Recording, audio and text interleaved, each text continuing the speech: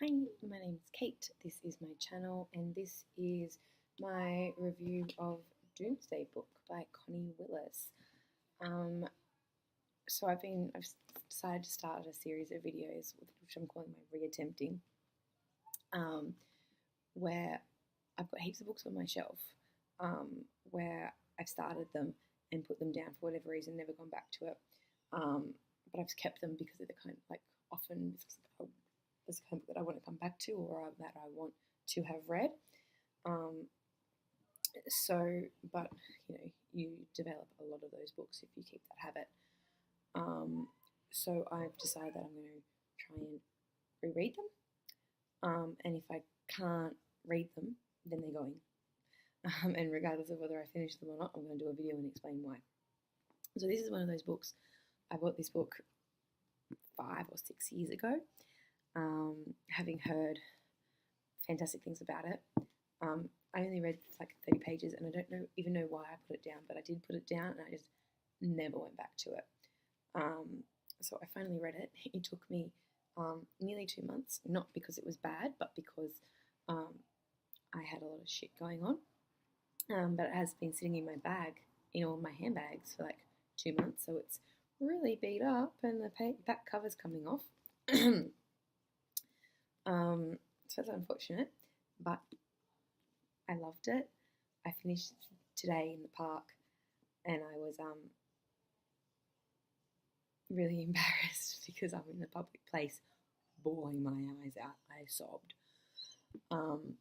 So it's a little bit what it's about. Connie Willis has a couple of books, I believe, and quite some short stories about I think they call it the Oxford Scholars or the Oxford Historians or something, where there's like technology where historians are sent back in time to study the past, and you're only allowed to use it, as far as I can tell, for studying the past, because it's restricted technology.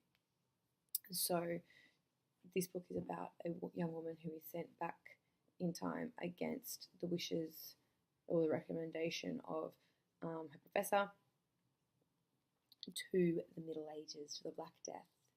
It's not supposed to be back to the Black Death, that she's supposed to be there like 10 years before it even starts in China. But she goes to the UK, but the Black Death originated in China, so it's 10 years before it even happened on the other side of the world. And then everything goes wrong, and she ends up there just as the Black Death is hitting, and just as there's like parallel stories. So there's one story where she's back in time and she's experiencing the Black Death, and then there's like the current timeline where she comes from, and they're having an epidemic too. So it throws everything out. They don't realise that there's been a mistake for a really long time, because they're dealing with their own epidemic. And I think that the present time must be set in, like, I don't know, the late 70s or the early 80s maybe. I don't know. When was this book written? It's great video right here where I'm checking these things. Originally published 1992. It definitely wasn't set in the 90s. It was felt much older than that, but maybe it wasn't. Maybe it's just very English. So yeah, it was good, and I didn't think I was going to cry, because it wasn't until like the last 150 pages where I was like, oh no, oh my gosh, she's gone back to the Black Death. Like, this is going to get bad. People are going to die. And they did. And I cried in public, in the park, on a beautiful sunny day. And yeah, not a great look. Excuse me, just wait for this plane to fly overhead.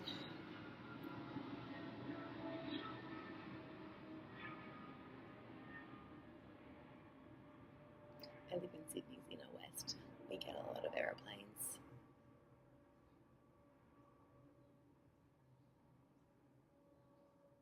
Okay, it's mostly gone. Yeah, so I heard a lot of feedback about the book from a post I put up on Instagram of people talking about how it was really slow going and difficult because it was so slow, but I found that really added to it. It was slow, it was focused on a lot of detail, a lot of back and forth, a lot of like calling people up on the telephone and not getting through, a lot of going back over and over the same facts, trying to be like, okay, so that's happened, so that's all we know, but then we've got to find these other little tiny things so we can make the connection to the next thing. There's a lot of that, a lot of very minute detail, a lot of back and forth, a lot of the same thing happening again and again and again. And I think that would be quite reflective of, you know, if you actually were living through an epidemic, I think there would be a lot of that shit going on, if only because you're focusing on the little details, so you don't have to think about the big picture, because the big picture is terrifying. And then as well, I think, you know, you get caught up in the minutiae, and then, I love that word, minutiae. And then when you get up to, you know, you jump back to actually looking at the Black Death and the devastation of people actually dying, and the way it affected this young historian and her mental health. And there was no ever any like, you know, oh my god, I'm going crazy. She was just slowly was becoming traumatized. And, you know, these weren't people that she knew, these were people that she cared about. You know, as far as she's concerned, these people died 700 years ago, but she was still feeling it emotionally, and she'd been inoculated, so she knew she wasn't going to get it, but she's a human being who cares, and she keeps trying, and she's like, I understand how the Black Death works, I know a lot about it, but these people don't. They don't have the medical facilities to deal with it. So she's going, okay, well, I've got to go cut willow branches and make tea out of willow branches, because that's where you get aspirin from. And that's all she could do. You know, she's lancing boils, and she's saying prayers, not because she thinks it's going to make a difference, but because it's comforting to the people she's trying to help. It's the only way she knows how to help them is to comfort them. So she's getting the priest in to give them the last rites. A, because it's going to comfort them, and B, she knows they're going to die. She knows she can't do anything, even though she's desperately hoping, because she remembers reading a statistic that 90% of the people who caught the Black Death died. She's like, well, maybe this person will be the one in 10.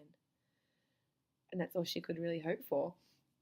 And she just, in this, I'm just going to spoil it, this book was published in 1992. Every single person in this village that she found herself in, every single one of them died, except her, because she had been inoculated. And her relationship with the local priest, at first I thought he was a bit weird and I wasn't really keen. And she's like, kept talking about how all of the priests, all the histories of the priests refuse to help people. They lock themselves in their churches. There's another plane.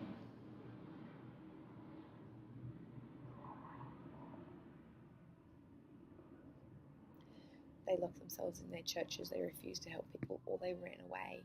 They wouldn't give anybody the last rites. They wouldn't bury anyone because they didn't want to catch it, and also because there was just too many people dying. It wasn't physically possible to keep up with the need to dig graves. So she kept talking about how all the priests did this, and she kept waiting for him to bolt, and he didn't. And he was the last one to die. And she had to give him the last rites, and it turns out that he had actually seen her arrive. He had actually seen her land through time. She didn't know that he had seen that. So the whole time that they were tending the sick, he thought that she was an angel sent by God to help them through the end times. And so he's there, and he wanted her to give him the last rites and to hold her hand as he died. And basically he was like, well, hold my hand, and then you need to go back to where you came from, so when I get there I can see you again. And I just couldn't like, oh my god, and like the children died, and like then she's like listing the people who have died in the village. I mean, the village is only 40 people big because it's the Middle Ages, but like she's listing people, and she goes, The cook died. I don't know her name. The cook died. And this is a fucking airplane.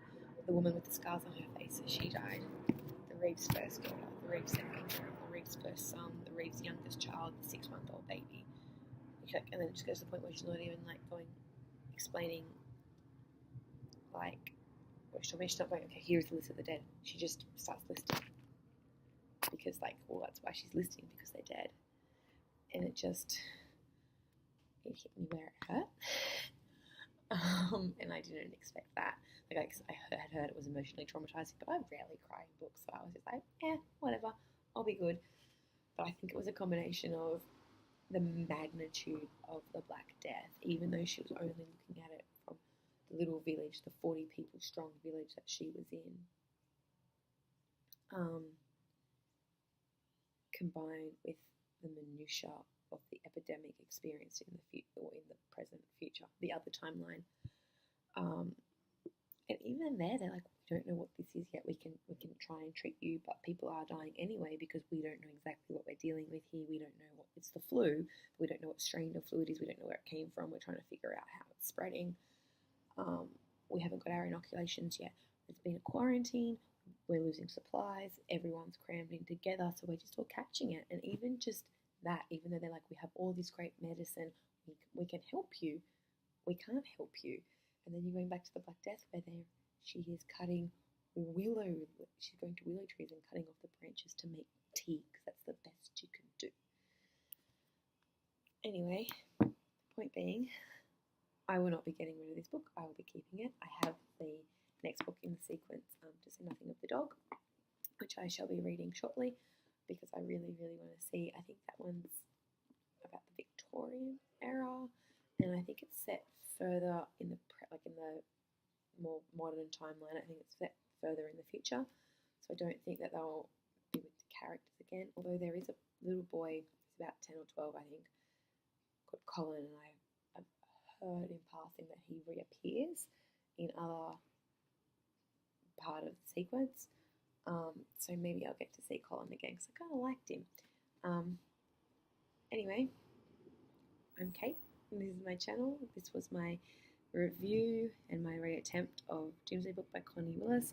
Please let me know if you have read it and what you thought of other books in this sequence. There goes another aeroplane, so I shall sign